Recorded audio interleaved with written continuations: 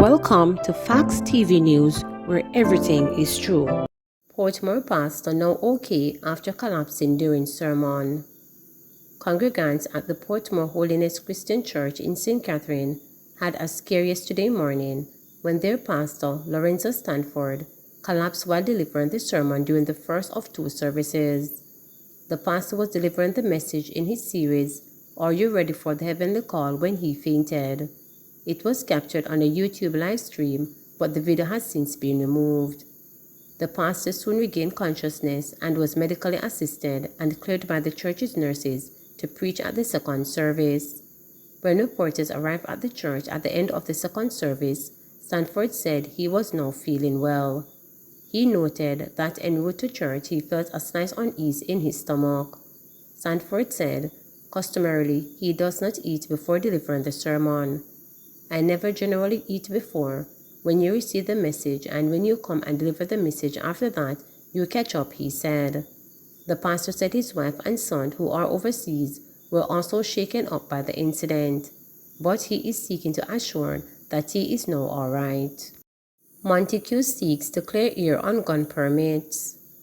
Resigned Cabinet Minister Robert Montague has defended his decision to grant firearm license to people with adverse traces while he was National Security Minister.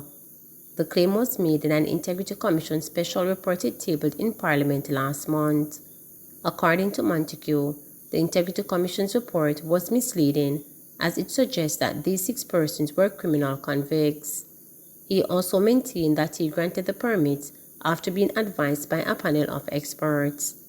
Following the release of the report, Montague resigned as a government minister. At the time of his resignation, he was minister without portfolio in the Ministry of Economic Growth. Major fire at Firearm Fishing Village.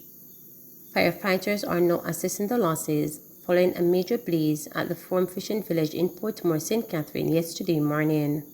12 business establishments were destroyed. Firemen worked for hours Sunday to extinguish the blaze. They say millions of dollars were lost in the fire. Residents also said there was looting. Teen among 2 people shot at Mount Friendship Bar. A teenager is among 2 people shot at a bar in Mount Friendship in St. Andrew on Saturday night. The injured people were rushed to hospital where they were admitted in stable condition. The incident occurred about 10:40 p.m. when armed men entered the bar and opened fire.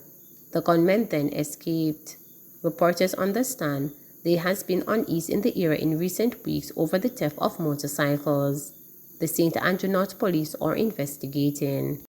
Harrison Henry retiring as public defender. Public defender Arlene Harrison Henry is to retire this week after serving for 7 years in the post.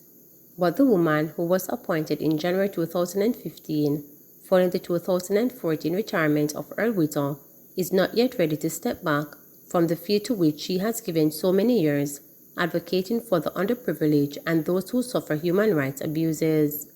"I will always be involved in human rights activities," she declared in an interview.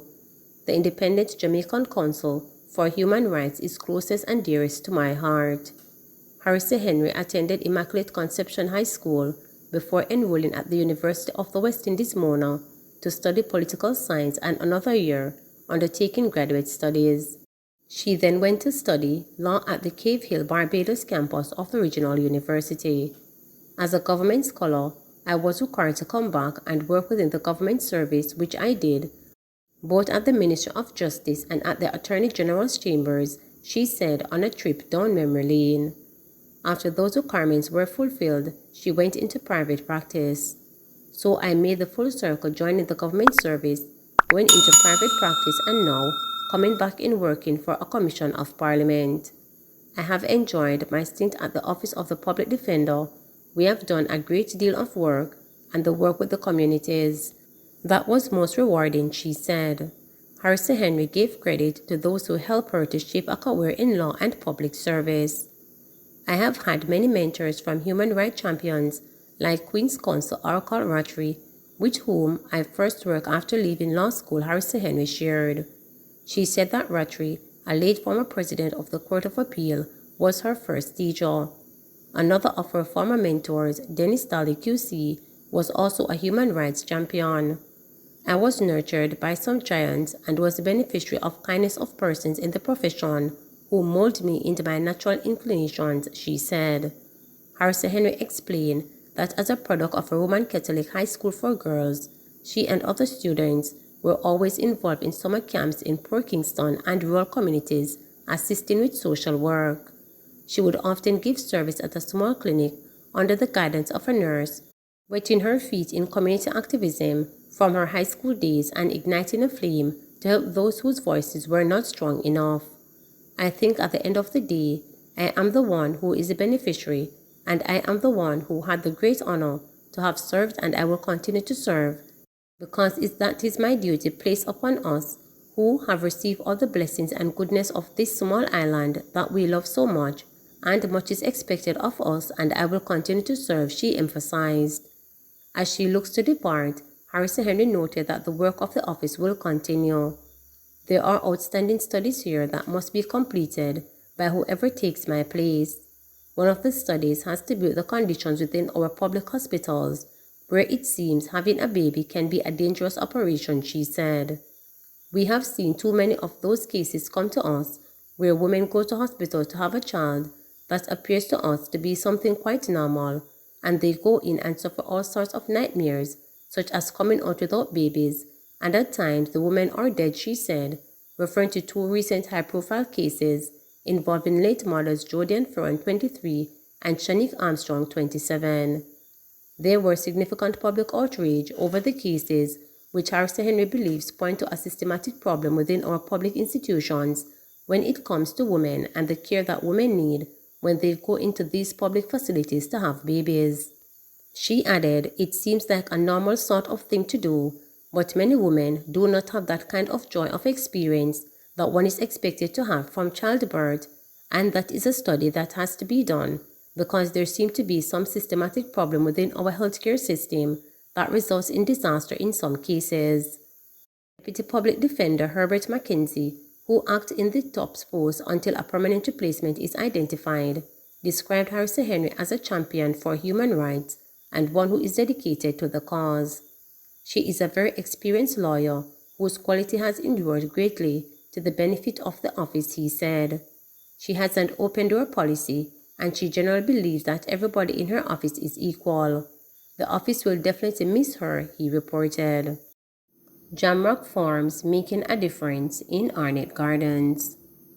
Despite several ups and downs due to the novel coronavirus pandemic and other factors, operators of Jamrock Farms, which started in 2019 in Arnett Gardens, St. Andrew, are pressing ahead to grow their brainchild into a major entity which feeds and employs members of the community on a large scale. For instance, they were attending Woolmer's Boys School in Kingston. Claude Allen, a resident of Arnett Gardens, collaborated with Sean Siblis and Stephen Forbes to raise and sell chickens below market price to Arnett Garden residents. According to Allen, though wanting to generate profit was a main reason behind the venture, when they operated on the corner of 7th Street and West Road, they also wanted to supply an affordable product as well as give the volatile community some form of hope.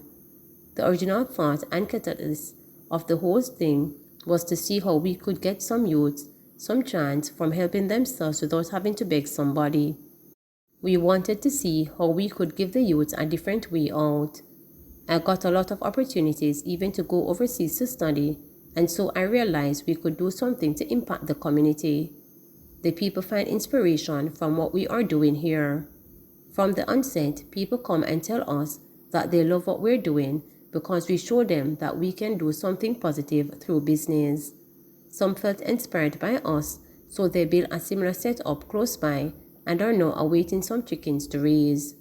They see that they can at least try business for themselves and that they don't have to depend on anybody for handouts, he stated.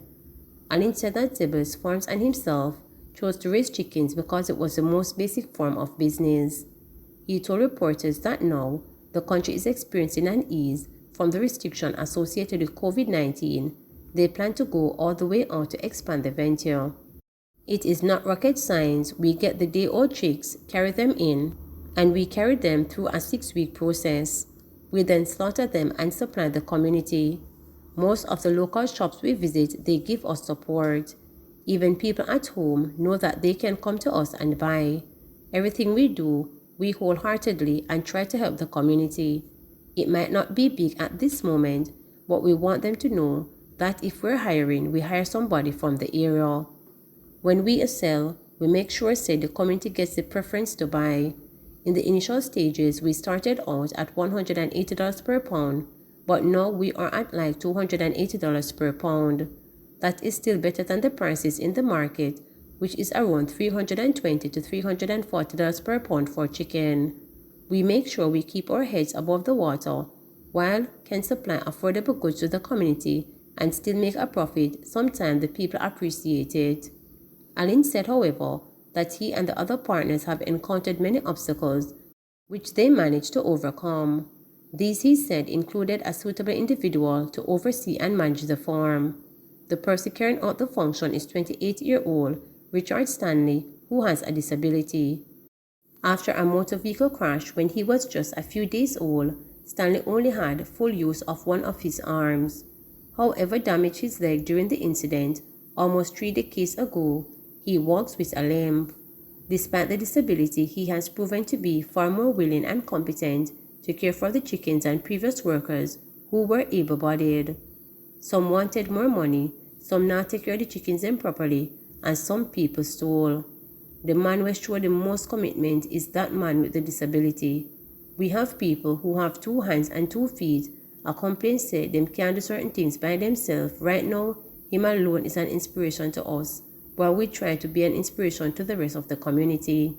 Stanley reported that he loves his job and enjoys caring for the chickens and spending time with the chickens. He said he got his experience from helping his mother, who raised chickens and pigs at Riverton in St. Andrew. Me no 100% know everything, but me I learn little by little. Me take care of them early morning and evening, and because of that, me have a relationship with the fowl them. We communicate with each other. The only thing is that they can't talk back to me. Being there with them in the daytime is like you build a friendship with them. It has been fun, Stanley stated. Please remember to subscribe, like, share, and click the notification bell for daily updates.